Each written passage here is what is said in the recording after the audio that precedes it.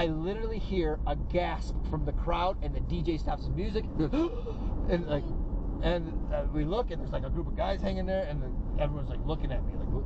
I walked in with the wrong motherfucking person, and so the girl goes, hold on, and she goes and she goes and starts whispering in the guy's ear, talking, and the guy goes like this. He goes to his buddies, and then he goes like this, but he's deadlocked eyes at me, and he walks right up to me, and he grabs my hand, and he goes, respect. Wow. He's like, respect. He's like, nobody will fuck with you on this island ever again. I appreciate you for walking my girlfriend. I will not forget this.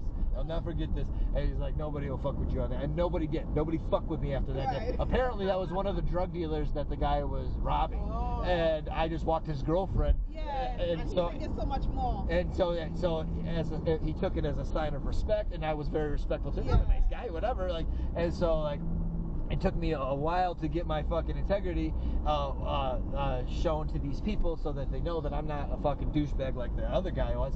And then I made some friends, and then the friends would come and smoke me out, because I smoked a lot of weed back then, and they would smoke me out, and eventually they would always, I had the place to come smoke, because they were young. Their name was Grimaldi and Ford were the two guys' names, and so they would come smoke me out, and they would always talk shit about, oh yeah, we used to fucking sell massive quantities of weed, this, that, and the other thing, and I'm like, oh okay, yeah, right, whatever.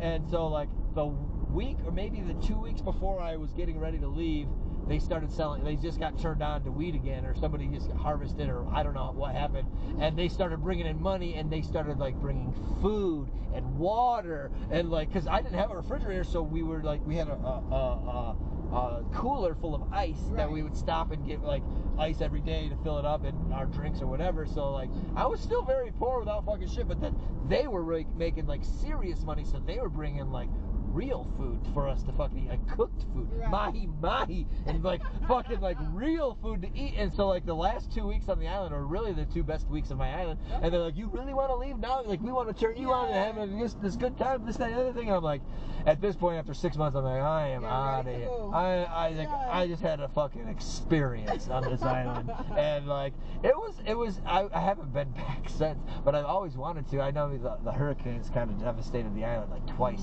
since then.